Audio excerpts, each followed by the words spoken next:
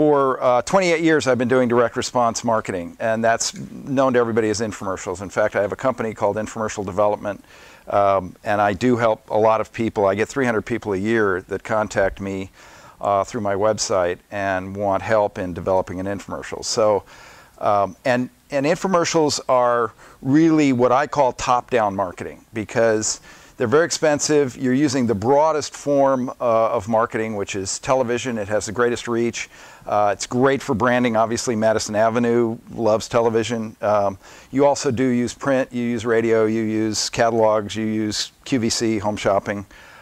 So that's what direct response is. Anything that gets you off the couch at 3 o'clock in the morning to buy their product. Go to their website, call a number.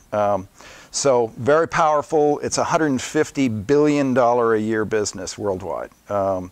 And it's been going since 1984, which is when I started with Tammy Lee Webb, a local exercise personality, to do the Buns of Steel projects. And I did represent Tony Robbins for 14 years, started with him in 1988 and did his first product. So that's top-down marketing. What we're going to talk about tonight is bottom-up marketing, which is something any of you can do. It's not expensive, it's easy. As the title says, it's simple, inexpensive marketing strategies that any business can implement immediately. And we're going to go through what exactly that means. And by the way, if you guys pay attention, I have a gift for you. For some of you, it's weight loss gum, and you're going to see why I have that here. It's called Fit Gum, and I'll be flinging it around the room and passing it out in just a minute, so at the end of my talk. So I'm actually here to talk about two different companies. One is Infomercial Development. That's in the upper left corner. That's my direct response marketing company that I've had going for literally 28 years. The other is Fumi Inventors, which I formed with a gentleman named Rich Shamlian, who is here tonight. And we actually got together because of this organization. And we represent a number of people, some of whom are here. I won't point them out. And we're really having a good time because we're helping inventors doing some of these strategies, some of these bottom-up, inexpensive. We're kind of facilitating that process. So let's go through them. So here's what I did when Adrian asked me to give this talk is I went through and I thought, okay, well, how do we approach this? And the first step is, what is the goal of any marketing strategy? So you've got to know that. You've got to be able to identify it. And by the way, I will put this presentation on the Fumi Ventures website. So that's fumiventures.com. So you can download it, and the video will be on YouTube. So I went through and I wanted to identify, all right, what is the goal of the marketing? And then talk about some action items, look at the cost, and then also the time to implement. So let's talk what I believe is the most important thing you can do, and it's very akin to what Judy was just talking about. It's a simple kind of focused an evaluation that you can do on your own, and I call it a comparative market analysis. It's very simple to do. What you do is you go 10 pages deep in a Google search, and you look at 3 keywords that describe your product or your service. And since you're all inventors, we're talking products mostly. And then you look at each website for each of those different relevant companies that come up. You look at similar products in mass merchandise stores, online, and catalogs. You're doing a market evaluation. And so you're trying to figure out, where does your product fit within the marketplace? Cost is zero. You're going to do it from your laptop. You're going to do it through a Google search. And then what I like to see happen is that you create from that an organized table of information. And I'm going to show you one of those. This is a comparative market analysis that I did with the help of a San Diego State business student for this product. This product is a weight loss gum. So it's created by a guy who was a bodybuilding champion, and he's a nutritionist, went to UCLA, and he now runs one of the largest personal training organizations in the world. It's called Pro PTA. His name's Joe Antori.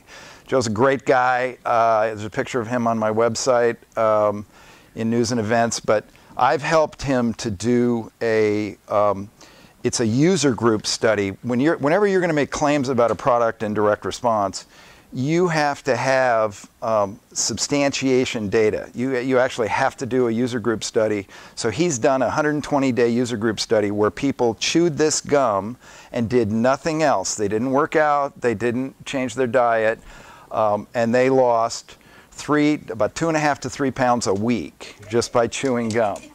So here we go. You're going to get the first package. So the point of that is, I told Joe, you've got to know who your competition is. And so what we did is, he hired my company and we did this comparative market analysis. And we looked at, what is that, 1, 2, 3, 4, 5, like 8, 9 products. It includes Herbalife, it includes a lot of competitive products. And what we did is we looked at, where do the different products come up in the Google search? Are they page 1, page 2, page 3? Who are the companies? What's their website? What are the ingredients? What's the price? What are the use instructions? And then what's the unique selling proposition? The USP, unique selling proposition, is really important for you to know for your product because it's how you're going to present it, what goes into your marketing materials. And how are you going to distinguish? Unique is the key word in that. How are you going to distinguish your product from all other products that are out there? If you don't do that, you're going to have a hard time selling it. So the USP is very important, and you've got to know what your competition is to be able to identify your USP. But the whole point is, you can do that yourself. You can do it from your computer. You can organize it yourself, and it costs you nothing. And it's really going to frame your entire marketing strategy, is to know where you fit within the marketplace. Okay, second strategy. I believe that anyone that's trying to sell a product has to have an e-commerce website. I think we would all agree to that. You got to have a portal, you got to have a way to sell it, you've got to have a method of taking payment, you've got to be able to put videos and whatever you're going to be using to present your product on your website, and then you've got to promote it. And we're going to talk about how to promote your website in a minute. So you can either create your own website. There are a lot of programs online where you can create your own website for very little money using a template, or you can use, this is the greatest thing. I've got a company in India that will create a 10-page e-commerce website for less than $1,500. And they've created a dozen of them for me, and they're great. They are so hungry, so eager to do that. They've got like 50 people sitting at cubicles in a room in Bangalore or God knows where. Anybody in this room, can you create websites? Raise your hands. Okay. Anybody who's considering this, think local first. Sorry, Ben. Okay, I'm sorry. Yeah, but remember my goal, and I'm sorry to jump on the American bandwagon, but look, when I'm representing a company, if I can get you something for less money, if I can advance your business, I deal with website designers that charge $5,000 or more to put up an e-commerce website. So please excuse the, you know, so if you're, and let me just tell you something. I talk to 300 people a year with infomercial development, and we're talking to a lot of people now through Fumi Ventures. And the #1 issue that most entrepreneurs are facing is a lack of capital. So every single person that I meet with that is an inventor, you've spent a lot of money inventing your product, patenting your product, protecting it, prototyping it, you know, getting it developed, and now it comes time to market and you don't have any money. And so that was the whole point of this, was to find what is the least expensive way for you to get into the marketplace and start finding out what the consumer adoption is of your product. And when you get to a point where you can afford to do a focus study, I highly recommend those. Pretty much every one of the clients that I do an infomercial for, I have them do focus studies because they need to know that their product is going to actually appeal to the consumer before they spend, in some cases, the hundreds of thousands of dollars that they're going to spend developing an infomercial. An infomercial costs anywhere from $300,000 to $400,000 to create and test and get on the air. So whatever you can do to learn about what people think about your product and do it inexpensively, that's what this is all about. So, absolutely. The other side of this is you've got to do payment processing, and PayPal and Google have systems that are very inexpensive. They're $30 a month, and they charge 2.5% to 3.5% per transaction and 30 cents per item. Very competitive. You'd have a hard time finding that anywhere if you even went to one of the major credit card processing or merchant processing companies. So it's all very accessible for you with an e-commerce website. Okay, strategy 3. I love this. Free press releases. I'm giving you the names of the 4 top online press release companies that charge absolutely nothing. So you can, and they even have on their websites strategies and little tricks, marketing tricks. They also have little training programs, little articles that will explain how to write a press release, what needs to go in it, what you can't put in it. These companies will let you link to your website. Some press release companies will not allow you to put an active link so that in the press release you can click on it and go right to your website. So these will do that. It's all free. I'll just give you an example. 5-6 years ago, I just did a test of one of these free press release companies when they were first coming online to see how it would work. And I did a press release in these 4 and like 5 or 6 more, that saying that my company would do a free product evaluation of any product to determine whether it was suitable for an infomercial. And in a week, I had 800 responses from free press releases. So this is a great way to do it, and you can also then post the link to your press release back on your website. So you're linking back and forth, and every time you create links on the internet, you're creating search engine optimization. So you're moving your website up in the search engines. So the more links, we're going to talk about some other strategies for that as well. So again, you can see that these things are very easy to do. They're immediate. You can write a press release, and they all have what they claim is a review process where they're going to read your press release and then tell you whether or not it's suitable to be published. If you follow their guidelines, that happens in minutes. So you send it to them, and then they come back and say, yes, your press release is suitable for publishing, and then you just click one button and it goes out on the internet. So it's a very cool little technique and tool to use. That's cool. Thank you. Yeah, sure.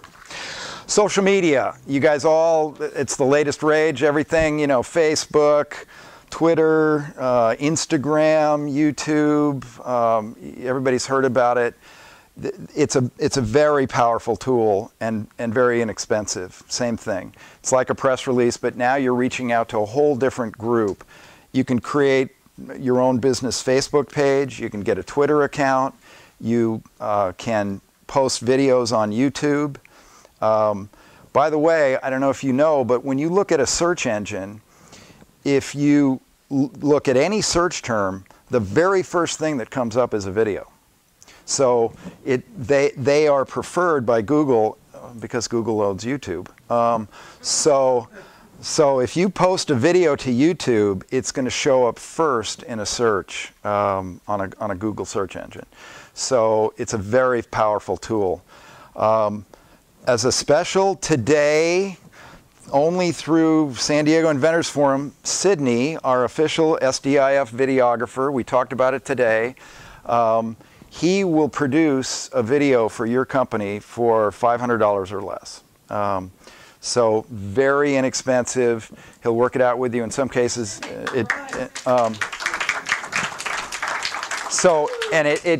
we talked about it today. It could be as low as $300. So it just depends on what's involved and what you have to do. But once again, $500 to make an investment in your website, your company, your search engine optimization. It's a great investment. I mean, there's some people, we have clients that are very capable of making their own demonstration video. You need a demonstration video for your product, and we're going to talk about that in a minute.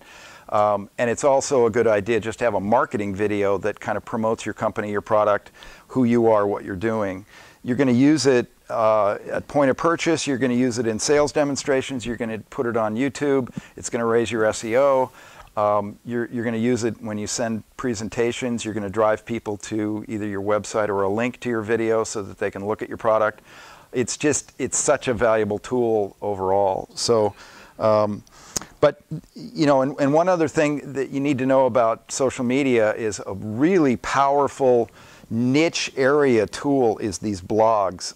Leslie asked me specifically to talk about mommy blogs, which is a whole internet sensation.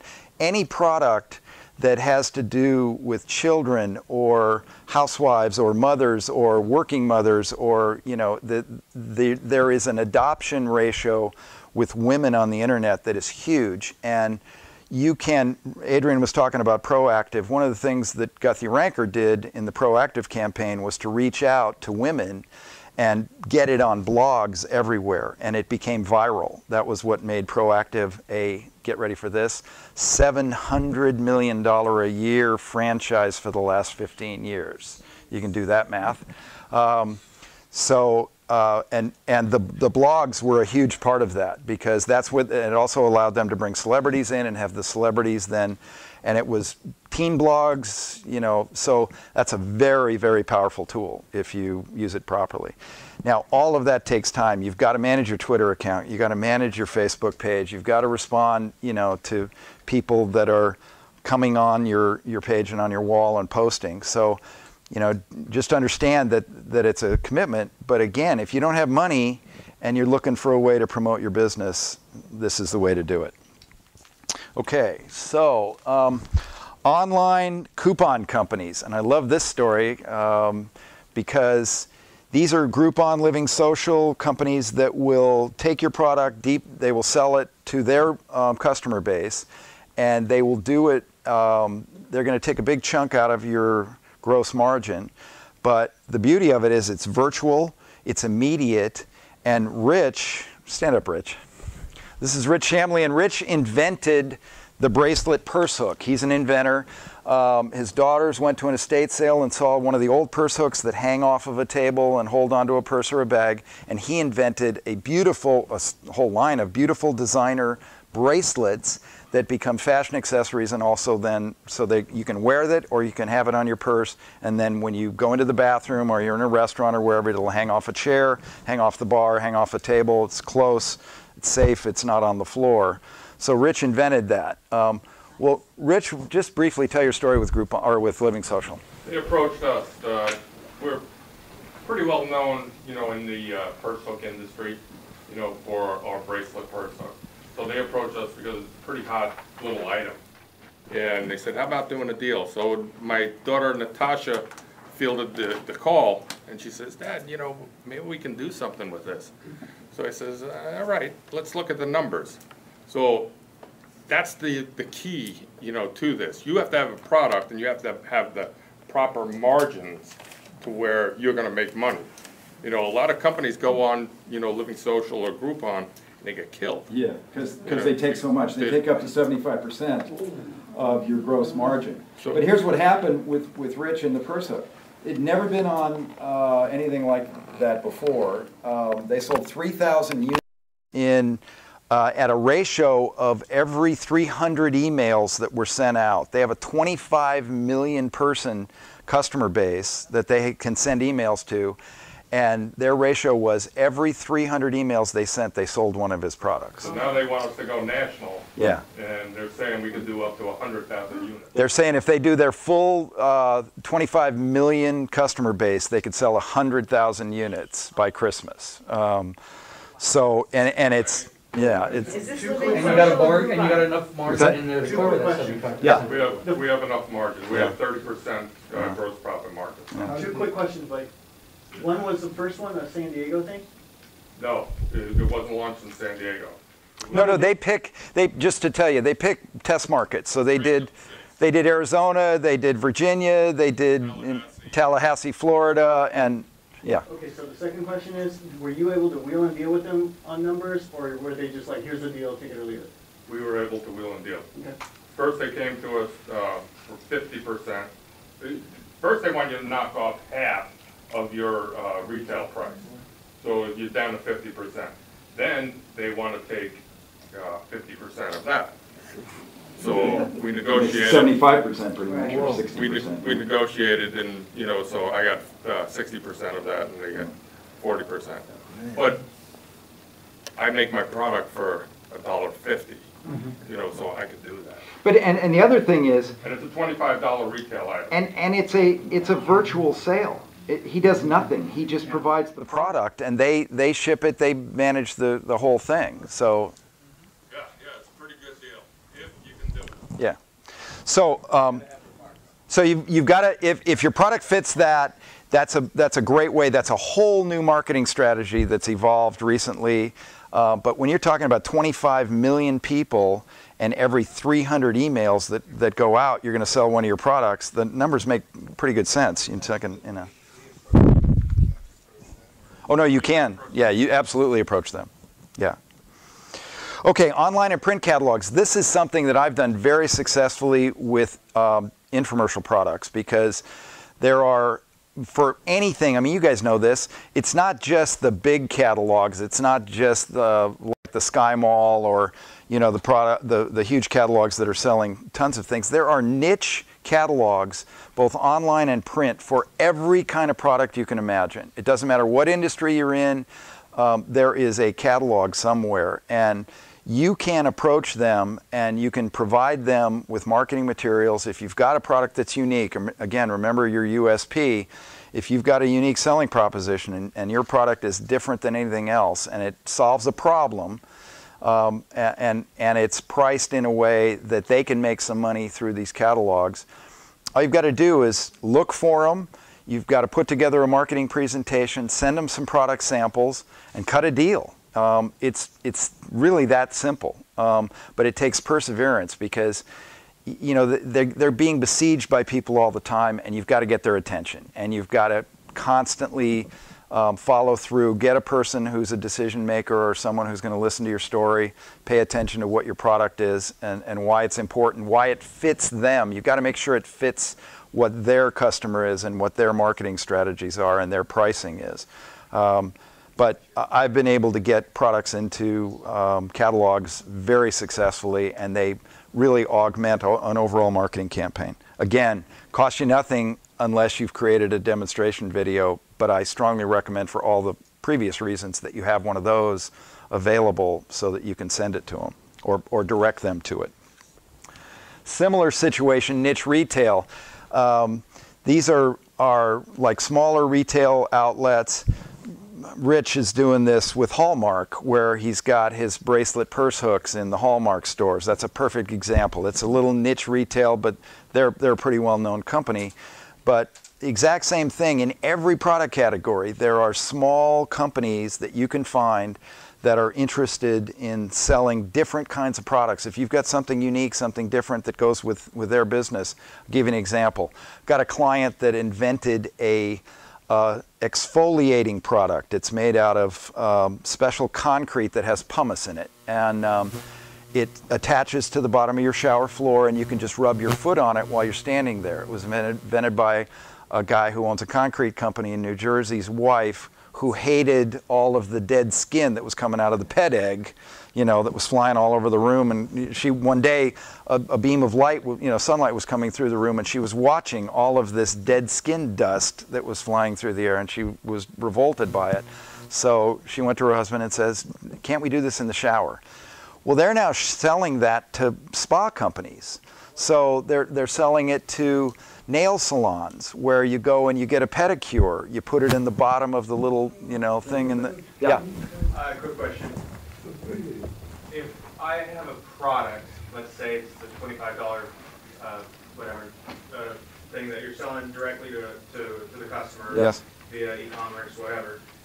If you go to a specialty shop or an online catalog or anything, is there a problem for is there a price competition? Are they going to want to literally beat your price that you have on your e-commerce site? One of the things you can do, that's a very good question, because when you get into these different environments, and particularly if you're ever going to do an infomercial, the one thing that you'll see on all infomercials is not available in stores, because that urgency, that exclusivity has to be part of an infomercial campaign, or nobody's going to buy it. If they think they can go to Bed Bath & Beyond, or they can go to Home Depot, or they can go to Walmart and find that product, they're never going to make a buying decision at 3 o'clock in the morning lying on their couch. So it has to be not available in stores. What you can do is you can create private label products that will go, you compete with yourself. That's the strategy, is you create a line of product that goes into a spa or into a nail salon, and you create another line of product that's just a different name, same product.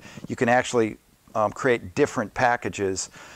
In fact, in the infomercial business, we compete with ourselves all the time. When the ab rollers, do you remember the ab rollers when those came out and there were like 7 companies that were selling them? Guthrie Ranker owned 4 of those. And because they knew that that was a huge category, and they knew that what's proven is that people, only 30% of people buy on the first viewing, and the other 66% buy on the second, third, or fourth viewing. Well, they didn't want the second, third, or fourth viewing to be a competitor. They wanted it to be them. So they created multiple names of the product and sold them, competing with themselves. But they're all buying the same media. They're selling the same product for basically the same price. What's that? Well, now how can they get sued, right? There's nobody infringing their product, right? Right. The other way to set yourself and to address the comparison issue is to bundle it differently. Yeah, exactly. So you add other features or benefits or secondary add-on product to go with it, so that this store gets it, is this bundled package sold at this price, and somebody else gets it a little bit differently, along with some other uniquely differentiating aspects to separate it, so that you're not exactly competing directly. Well, and my client with the exfoliating product did exactly that. They put a whole shea butter and a lotion, and they created a spa package and a spa presentation. So it had to, because they knew it would be sitting on the counter, and so they had tubes that were in this custom designed little display with the exfoliator tilted at an angle, and then the tubes of the various product. And so that was their spa product. And then, Price difference. Yeah. Right. Price difference wouldn't be such a. Well, no, it makes it impossible for the consumer to compare directly, because you've got, this package that has these things in it, It and was the same package, and price-wise, if you give it to a catalog or whatever, for give them a better price, so they have an edge on it. the place that'll hurt you the most is on your website. So, if you're doing a lot of marketing, a lot of sales through your website, then you evaluate that strategy. I mean, you look at, do I want to cannibalize those sales by selling over here? But remember, this is a kind of a broad scope approach where you test each one of these different market areas and find out where is your product being adopted the best, where are your sales the best, what prices, because you can test pricing this way too, in these different environments. You can test packaging, and you can test bundling of different. So it gives you the opportunity, and almost every one of these is zero in cost. So you're looking at product samples, you're looking at a demonstration video, and you're looking at just your time mostly of doing it. So yeah. One of the nicest examples you can go see is go to the drugstore. You look at Tylenol, and they got like 7 different kinds of Tylenol, but in the box it's all exactly the same Right. thing. That's right. Just different packaging. Yeah. Okay, so that's niche retail. And then the last strategy I want to talk about is licensing, and that's obviously a big strategy for selling your product, and we're going to hear from Stephen Key next month, and that's his his prime focus. And Leslie, you're going to be talking about licensing too? Great. So, that's right, that is your expertise. Great. So, here's the deal with that. If, as Stephen's book points out, if you can get a good licensing deal, that's just gravy, because now they're going to do your product development, they're going to do your packaging, they're going to do your shipping and fulfillment, they're going to deal with customer service, and they're going to send you a royalty. Money just shows up in your bank account. But let me just caution you one thing. We do, for our clients, we do a lot of licensing inquiries, because we have a lot of clients who are interested in licensing their product rather than building their own business. Even with these strategies, they would prefer not to. They would prefer to go ahead and just do a licensing deal, get their product in the hands of somebody else, and get it going. I'm an intellectual property attorney, 25 years. I practice intellectual property law here in town. And I can tell you that what's happened out there that Stephen doesn't talk about, and I'm going to ask him this question next month, is that these companies that accept submissions of new products will not sign a non-disclosure agreement. They have an absolute policy, and here's why. Their attorneys have told them that that's an invitation to get sued. And in fact, there are predatory inventors, predatory product owners out there who have submitted products and then filed lawsuits when that company developed something that was even vaguely close to the product they submitted under an NDA and tried to turn that into a profit center. So in-house counsel at most major marketing companies have told their buyers, their senior executives, that they cannot sign a non-disclosure agreement. So, and in fact, on their websites, they will say, look, read our disclosure agreement, and it's tricky. They're calling it a disclosure agreement. It's really saying that they will not treat your information as confidential. They don't consider your invention to be proprietary. We've actually had people tell us, say this on the phone, that, well, no, I'm not going to sign an NDA because our product development department might invent, might discover, might develop something like that in the next 5 years. And so therefore, if we sign your NDA, then we're prevented from doing that 5 years from now. So we've had to come up with an alternative strategy, and here's what the alternative strategy is. We tell them, okay, we've done a comprehensive patent search, and we've done a comparative market analysis. So we've done what I showed you that we did for FitGum. We also go to the patent website and we look at prior art and we look at if there's anything even close to this. If the product truly is unique, we tell our clients, do not submit it without protection. And we tell them that the protection, the minimum level of protection that we will accept is that the company acknowledge that the information we're giving them is confidential, and they will treat it in the same way they treat their own confidential information. That's in an email. And the second is that we want them immediately to acknowledge that they have no product like this in development. If they tell us they do have a product like it in development, they have to tell us when they put that product into development. They don't have to disclose it to us, but they have to go hard on the record saying, we had something that we believe is exactly competitive or would constitute a competitive product to yours in development since 2007 or since 2009 or 2010. We do that for a couple of reasons. One is if later on it turns out that wasn't true, then we put the lie to their refusal to sign a non-disclosure agreement. And I'm telling you, as an intellectual property attorney, it would give that product owner a right to sue for a violation of the confidentiality provision.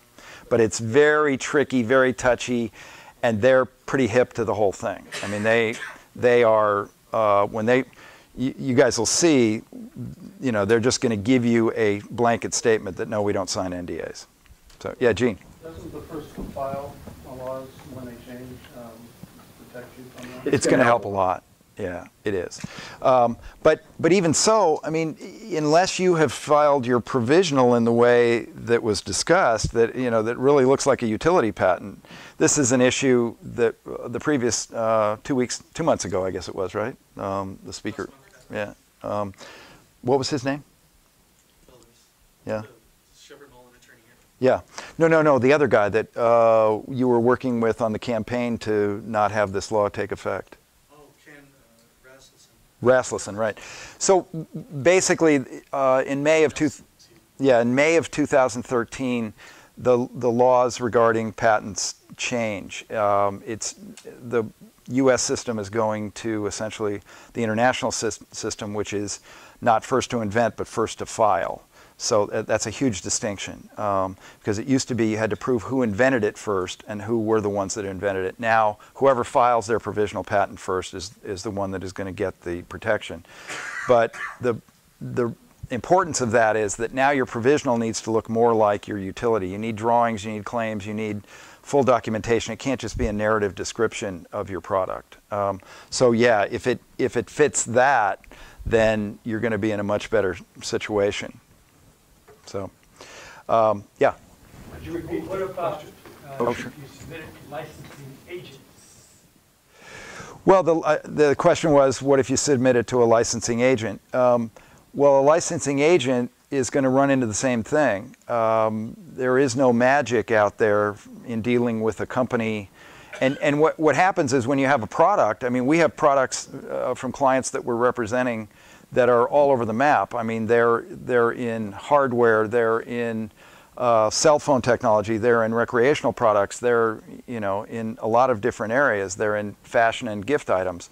So when you start going out and you're looking at what is your marketplace for your product, you're going to run into companies that they're experts, they're powerful, they're in their industry. The sense I'm getting is that when all of these marketing companies go to their trade shows, they're all standing around at the bar, after the first session going, I'm not signing an NDA, do you sign an NDA? And, they're all telling the horror stories of their attorneys telling them, do not sign an NDA. So an agent's not going to get past that any differently than you will. Okay, yeah.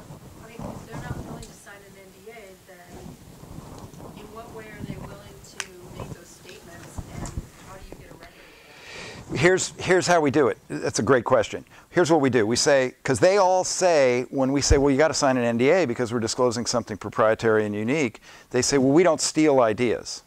They all say that. Every one of them categorically say that. So we say, okay, we know you don't steal ideas. And so we trust you, we believe in you, but also we have an invention that's unique, and if we disclose it to you without protection, without any protection, then we can no longer claim. It's in public domain. We can no longer claim that it's protected. So you don't want that, do you? That's not that's as bad as stealing our idea. You've now prevented us from protecting it. So all we're asking, we're not asking you to sign a broad form non-disclosure agreement that's going to expose you to the liability that your attorneys are telling you can't be exposed to. But at the same time, you're not really suggesting that we completely disclose this invention and lose all protection, are you? Is that what you're suggesting? Because we have an alternative. We have a way to address your issues. We're not going to ask you to sign a broad form NDA, but we are going to ask you to agree to certain provisions that we think provide a base level of protection where we can still claim that our product has not been disclosed in an email, a series of emails. Everything is in writing. Everything's by email. So, any other questions before I start throwing gum?